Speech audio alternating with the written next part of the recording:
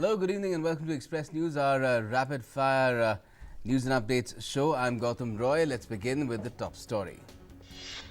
The Lok Sabha passes the motion of thanks to the President's address by a voice vote. President Ramnath Kovind had addressed a joint sitting of Parliament on the 31st of January.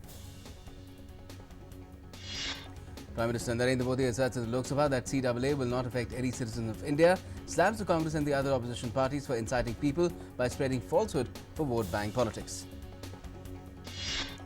Replying to a motion of thanks to President's address in the Lok Sabha, Prime Minister Narendra Modi slams the opposition for questioning the pace of his government's decisions, says his government has to work fast to undo the sloth of the past 70 years. Prime Minister Modi says his government has ensured empowering of people of Jammu and Kashmir by abrogating Article 370, asserts he has complete faith in the people of Jammu and Kashmir. Union Housing and Urban Affairs Minister Hardeep Singh Puri says that the government will sanction the entire 1.12 crore houses under the Pradhan Mantri Awas Yojana by the next month. Also informs that so far 32 lakh homes have been handed over to beneficiaries, while 60 lakh units are under construction that will be ready in the next 12 to 18 months. Raksha Mantri Rajnath Singh addresses a seminar organized by the US-India Business Council today on the sidelines of the DEF Expo 2020.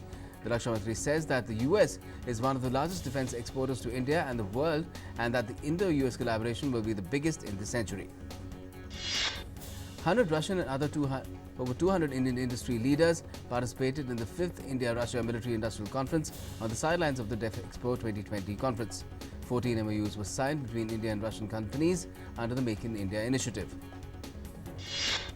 On the sidelines of DEF Expo 2020, Defence Secretary Ajay Kumar has said that the transformation in defence sector through digital technology will be the main focus area in the coming days. Russia's Deputy Minister of Industry and Trade has said that MOUs signed between the two countries at the DEF Expo 2020 show the high level of strategic and real technological partnership that exists between India and Russia. Army Chief General M.M. Naravane has said that the situation in the Kashmir Valley has improved, with terrorist-initiated incidents seeing a marked decline in the last 6 months. He further added that Pakistani attempts at infiltration have been foiled by the Indian Army. Lieutenant Governor of the Union Territory of Jammu and Kashmir, in a significant decision, has accorded sanction to the transfer of over 13,665 canals of government land for establishment of industrial estates. The decision will help to create a land bank for development of new industrial estates or ventures in these districts. Union Minister Prakash Javadekar has accused Delhi government of not taking Nirbhaya case verdict seriously, saying that if they had issued notice at the right time, hanging of the convicts would not have been delayed for so long. Campaigning for the Delhi elections has come to an end today. Home Minister Amit Shah and BJP National President JP Nadda earlier today held roadshows at several places in the capital. Aam Aadmi Party chief and Delhi Chief Minister Arvind Kejriwal addressed a press conference where he said that his party has brought a new kind of politics in the country, where people vote on the basis of development work and pro-people policies. At least 7 people have lost their lives due to a gas leakage in a pipeline situated between a carpet factory and an acid factory in Uttar Pradesh's Sitapur. Investigations are underway. Prime Minister Narendra Modi will be visiting Karkardooma and Assam tomorrow. He will address a gathering to hail the historic Bodo Agreement, which was signed on the 27th of last month. Assam Chief Minister Sarbananda Sonowal reviewed the preparation for the function yesterday. Assam Chief Minister Sarbananda Sonowal has said that both the Bodo Peace Accord and the Prime Minister's visit are historic. He added that both PM Modi and Union Home Minister Amit Shah have given maximum importance for the rapid growth and development of the area, which will usher in a new horizon for the overall growth and development of the entire country. Meanwhile, a mega bike rally was organized by Bodo people in Kokrajhar to celebrate the Bodo Peace Accord. People expressed happiness over the Prime Minister's visit and said the bike rally aims to spread word about the same. Karnataka Chief Minister B.S. Yediyurappa has expanded his cabinet with 10 BJP MLAs, all defectors from the Congress and the Janata Dal Secular, being inducted as ministers. The swearing-in ceremony took place today at 10:30 a.m. at Raj Bhavan. In its last monetary policy review of the current financial year, RBI has kept the repo rate unchanged at 5.15%. It's pegged the GDP growth at 6%. IT department yesterday held a search in the case of 4 major players in film industry, including a producer, a prominent actor, his distributor and financier based in Tamil Nadu. Unaccounted cash of about 77 crore rupees was seized from the hideouts located in Chennai and Madurai. External Affairs Minister Dr. S. Jaishankar has said that India and Central Asia dialogue has broken a new ground in terms of proposing a more contemporary paradigm for our developmental partnership. He also said that former Minister late Sushma Swaraj referred to India's successful experience of developmental partnerships with other countries and offered to extend that model to Central Asia as well. External Affairs Ministry spokesperson Ravish Kumar has said that the government has successfully carried out evacuation of 640 Indian nationals and 7 Maldivians on 2 flights from Corona head to China. He said that it was a complex operation and thanks to the government of China for their support and facilitation extended during the exercise. In the Nirbhaya case, Tihar jail authorities have moved the trial court with an application for seeking issuance of fresh date of execution of death warrants against the convicts. Court of Additional Sessions Judge Dharmendra Rana has sought response of all respondents, including convicts, and fixed the hearing for tomorrow. The 15th edition of the Biennial India Auto Expo kicks off this Friday with covers going off on most concept models and vehicles. It will also see a smattering of small and big electric cars, including the Great Wall Ora R1 with a range of 300 kilometers on a single charge. Public sector Indian Oil Corporation signed the first fixed-term contract for the import of crude oil from Russia. The Ministry of Commerce said that more than 5,000 delegates from various countries are expected to participate in the 3-day India International Seafood Show being held in Kochi. Integrated net profit was up 40% to 27.1 crore rupees in the third quarter, result for NIIT, a company working in the area of skill and talent development. The integrated net profit of pharmaceutical company Cipla increased 5.31% to 338.38 crore rupees in the third quarter of the current financial year. German automaker Volkswagen has started bookings for its 2 new upcoming sports utility vehicles. The company has started booking Tiguan All-Space and T-Roc. Tata Group Chairman N. Chandrasekhar said on Wednesday that Tata Motors will introduce 4 more vehicles in the next 1.5 to 2 years. Equity indices marched higher for the 4th session on the trot on Thursday after RBI left the policy rates unchanged but maintained its accommodative stance to shore up growth. The 30-share BSE Sensex settled at 163.37 points up at 41,306.03. The broader NSE Nifty rose 48.80 points to 12,137.95. Gold prices gained 150 rupees to 41,019 per 10 grams following rise in demand. Silver prices also rose by 140 rupees to 46,881 per kg from 46,741 per kg on Wednesday. Crude oil prices rose by 36 rupees to 3,716 per barrel as speculators created fresh positions amid positive global trends. The rupee rose by 6 paise to close at 71.19 against the US dollar after RBI left policy rates unchanged but maintained its accommodative stance to boost growth. According to a study by researchers from Pennsylvania University, coming across as self-absorbed as expressing strong views on controversial topics on your Facebook profile may spurn your chances of landing a job. Sleep problems among children are very common and improve by the time they reach the age of 2, according to a first-of-its-kind study, which may help parents understand if their toddlers' sleep patterns are normal or not.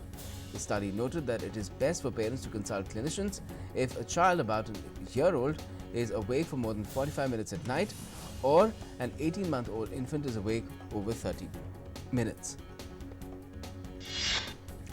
US astronaut Christina Koch, who led the first all-female spacewalk in 2019, began her return to Earth today after a record stay on board the International Space Station. Koch's mission broke the record for the longest continuous stay in space by a woman, previously held by NASA's Peggy Whitson. A Nissan car has completed a 230-mile journey autonomously in Britain, the longest and most complex such trip in the country as car makers race to develop the driverless technologies set to revolutionize travel. China's Hubei province reported the total number of deaths in the province to be 560, with the total number of confirmed cases crossing 28,000. The province has been in virtual lockdown for nearly 2 weeks, with its train stations and airports shut and its roads sealed off. Again in China, a total of 1,153 fully recovered patients of the new coronavirus pneumonia have been discharged from hospital by the end of Wednesday. The day saw 261 people walk out of the hospital after recovery, the National Health Commission said in its daily report. Meanwhile, 2 planes carrying about 350 Americans out of Wuhan, China arrived at an Air Force base in California on Wednesday as the United States stepped up efforts to bring its citizens home. The passengers will be quarantined for the next 14 days. Meanwhile, the US has confirmed 12 cases. US President Donald Trump has been cleared in his impeachment trial, ending a congressional bid to oust him from office that bitterly divided the US. Trump survived only the 3rd presidential impeachment trial in US history. The Senate, run by President's fellow Republicans, voted to acquit him 52 to 48 on charges of abuse of power and 53 to 47 on obstruction of Congress. Democrats had charged President Trump in December with pressurizing Ukraine to smear a potential White House rival. However, a small number of protesters gathered in major US cities shortly after the Senate voted, mostly along party lines, to acquit Trump.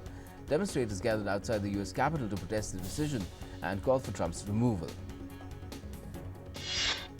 Donald Trump once again renewed his pledge to bring back US troops from Afghanistan as his administration aims to end the United States' longest war. The president also offered to continue negotiations with the Taliban armed group. Trump has also welcomed Venezuelan opposition leader Juan Guaido to the White House a day after Trump used a national address to support Guaido's effort to oust socialist president Nicolas Maduro. Venezuelan President Nicolas Maduro on Wednesday slammed US President Trump after Venezuelan opposition leader Juan Guaido met the US President at the White House earlier in the day. He further accused Trump of taking the US towards a high-level conflict with Venezuela. 2 Brazilian Air Force planes set off to evacuate Brazilian nationals from the Chinese city of Wuhan. Brazil Defense Minister said that Brazilian Air Force planes will arrive in Wuhan in 2 days, while a total of 29 people would be evacuated and will be quarantined for 18 days. Argentina's Senate voted in favor of a bill on Wednesday that grants powers to the government of President Alberto Fernandez to handle a massive debt restructuring of bonds issued in foreign currency.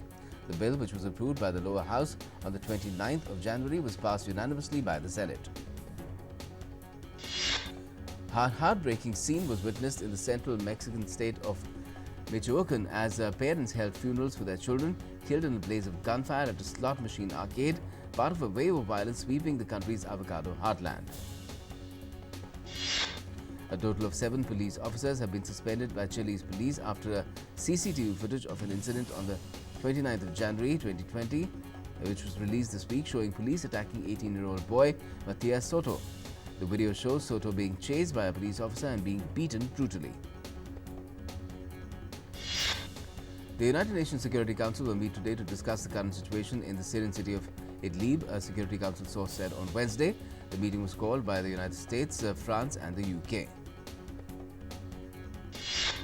At least 3 people have died and 179 people have been injured as a Pegasus Airlines plane landing in Istanbul's Sabiha Gökçen airport skidded off the runway and crashed into a field. The plane split into 3 pieces at the end of the wet runway. 2 avalanches in eastern Turkey killed at least 38 people, with many of them rescue workers who were looking for survivors of the first incident. It's unclear that how many people remain buried under the snow, but there are fears that the death toll may rise further. Iranian President Hassan Rouhani on Wednesday said that the United States was a terrorist and committed to terrorist acts in a speech broadcast live on state TV. Rouhani added that the United States' attempt to pressurize Iran to negotiate through sanctions would not work. Reported attacks from Gaza Strip were fired as 2 mortar shells hit southern Israel on Wednesday night amid growing tensions in the enclave. The projectiles apparently struck an open field in southern Israel. Shortly after midnight, Israeli aircraft responded by hitting Hamas tunnel in Gaza. In Jerusalem, a car ramming targeting Israeli troops in Jerusalem wounded 14 people early today in an attack that Palestinian Islamist group Hamas hailed as a response to Washington's controversial Middle East peace plan. The attack took place on a historic Ottoman-era railway terminus. New Zealand is celebrating its National Day today. The day marks 180 years of the signing of New Zealand's founding document, which was forged by Europeans and Maoris on the 6th of February back in 1840. Since then, the day is celebrated as National Waitangi Day. Prime Minister Jacinda Ardern also took part in a ceremony celebrating the day. According to a new report by Grant Thornton in collaboration with the Indian High Commission and FICCI, over 65,000 businesses are owned by British citizens of Indian origin, and 1.5 million strong diaspora accounts for 1.8% of the UK population but contributes 6% to its GDP. British Foreign Secretary Dominic Raab met Australian Foreign Minister Marise Payne on his first overseas trip since the UK left the European Union. Raab hopes that a free trade deal with Australia will be one of the first agreements after Brexit. The Hamburg Administrative Court in Germany ruled on Monday against an attempt to forbid a 16-year-old student from wearing a niqab during class time. Political parties are divided on the issue, with some also favouring a ban on garments that completely cover a woman's face. UN Chief Antonio Guterres has said that the big emitters of greenhouse gas should make more efforts to achieve carbon neutrality in relation to climate change. He also warned of a new climate crisis alert by the World Meteorological Organization indicating CO2 concentrations will be reaching new heights in 2020. World Bank Chief Economist Penny Goldberg plans to step down on the 1st of March to return to her job as an economics professor at Yale University. Goldberg joined the World Bank in November 2018 and was the first woman editor-in-chief of American Economic Review. In Italy, a high-speed train derailed in the northern province of Lodi in the early hours today, killing at least 2 people and interrupting traffic on the line between Milan and Bologna. Emergency services and a railway official said that 2 people have been killed and 2 others had suffered relatively serious injuries. Investigators from the International Criminal Court have begun collecting evidence of a case involving alleged crimes against humanity by Myanmar against Rohingya Muslims, causing them to flee to neighbouring Bangladesh, the court official said on Tuesday. German Chancellor Angela Merkel began a 2-day visit to South Africa and Angola, which the German government says will promote economic cooperation. Talks between the countries are expected to focus on the Chancellor's efforts to assist German companies setting up businesses in South Africa.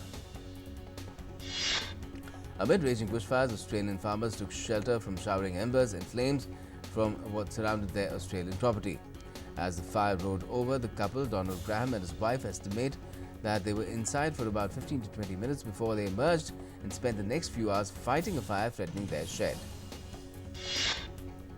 A vibrant religious procession in India's Buddhist pilgrimage town in Bihar's Bodh Gaya took place, where devotees and monks from Sri Lanka, Thailand, Japan, South Korea and Tibet participated to showcase the ashes of Lord Gautam Buddha. 40 years after Bob Marley's Redemption song was released, 2 French artists have created an intricate animation of one of the Jamaican reggae artist's most celebrated recordings. Released on YouTube, the animation by Octave Marsal and Theodore Gultz features 2,747 original drawings. The abbot of Wat Chak Deng Buddhist Temple in Bangkok is spearheading a project to recycle plastic bottles into fabric for saffron-colored robes for monks. The recycling temple is one bright example of recycling for Thailand, one of 5 countries that leak the most plastic into the world's oceans. The Foundation for AIDS Research, AMFAR, held its 11th Grand Annual Gala event in New York City. The event took place the night before the start of New York Fashion Week, and models dominated the glamour of the red carpet. Star of the evening's gala was fashion model Iman, honored for her outstanding contribution to fight against HIV/AIDS.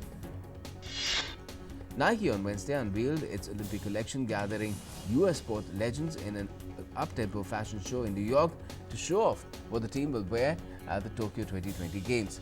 The collection features recycled polyester and nylon in its jacket and pants, and even Nike swoosh is made from recycled sneakers. Italy's Nicolo Bonifacio won the second stage of the Saudi Tour 2020 in Riyadh, finishing with a time of 4 hours 32 minutes 31 seconds. The Total Direct Energy rider finished ahead of Germany's Phil Bauhaus in second and France's Nasser Bouhanni in third. World champions Belgium are brimming with confidence after wins over Australia and New Zealand, but captain Thomas Briels is expecting a tough fight from India in the upcoming round of FIH Hockey Pro League this weekend. New Zealand batsman Henry Nicholls has said that the ODI squad did not carry the baggage of the T20 side, which was blanked by India, and that reflected in its highest run chase in the 50-over cricket format. India Fact Quiz, a nationwide digitally gamified quiz on data and facts on India, was launched online across India yesterday. India Fact Quiz is aimed at creating awareness and appreciation for data-backed, accurate information and a rigor for fact-checking among Indian youth. Australian all-rounder Elise Perry has smashed a slew of records in a sparkling cricketing career and now hopes to play a part in another by helping draw the biggest ever crowd to a women's sporting event at the T20 World Cup final next month. The Indian Olympic Association in principle agreed to organize the 2022 National Games in Bengal, which has hosted 3 games twice before. Abhishek Verma won the National Shooting Trials Men's 10-meter air pistol T20 for the rifle and pistol events. IPL team Kolkata Knight Riders has denied any financial dealings with the disputed Rose Valley Group, who were sponsors of their team's official jerseys in 2012 and 2013. Abhishek, son of former BCCI President late Jagmohan Dalmia, has been elected unopposed for the post of President of the Cricket Association of Bengal, making him the youngest CIB president. Borussia Dortmund captain Marco Reus has suffered a muscle injury, sidelining the attacking midfielder for at least 4 weeks, according to the Bundesliga club. Thousands of fans packed downtown Kansas City to celebrate the Chiefs' first Super Bowl championship in 50 years. The team rode on a parade route to the city's iconic Union Station, the site of a massive rally. Sports Authority of India and Hockey India have announced the establishment of high-performance centres across the country to provide state-of-the-art facilities to junior and sub-junior players. The move is aimed at grooming young talent in view of 2024 and 2028 Olympic Games. Former Australian Open mixed doubles champion Abigail Spears of the United States has been banned for 22 months after failing a drug test and testing positive for banned substances. The International Tennis Federation announced the ban. The star-studded charity match to raise funds for Australian bushfire victims, which will see Sachin Tendulkar coach one of the teams, has been shifted from the SCG because of the forecast of torrential rain and will now be played in Melbourne on Sunday. Sports authorities in Shanghai have recommended the suspension of all sporting events in the city as a result of the coronavirus outbreak. The move casts doubt on Chinese Grand Prix, scheduled to be held on the 19th of April. Indian lifter Rakhi Halder was way short of her personal best, but she still managed to clinch the 64 kg gold in the 35th Senior Women's National Weightlifting Championships. Ranked 19th in the Olympic qualifiers list, Rakhi lifted 93 kg in snatch and 117 kg in clean and jerk on way to her gold medal with a total of 210 kgs. The 21st edition of International Theatre Festival Bharat Rang Mahotsav, hosted by National School of Drama, began in Delhi. The fest will include several national and international performances by reputed theatre groups over a period of 3 weeks. Today at the International Theatre Festival, audience can watch Sri Lankan group Anand Drama's Rees Yaka Returns, a black comedy about what happens when fears take over our lives.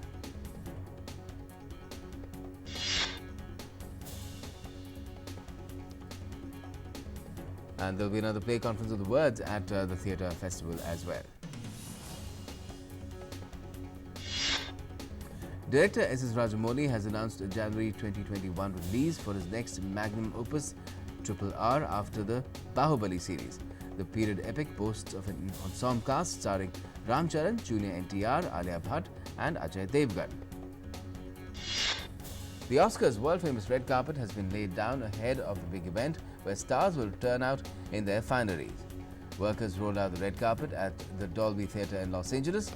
The Oscar red carpet has become a globally acknowledged focal point for actors and actresses to make a grand entrance, as awards will take place on the 9th of February.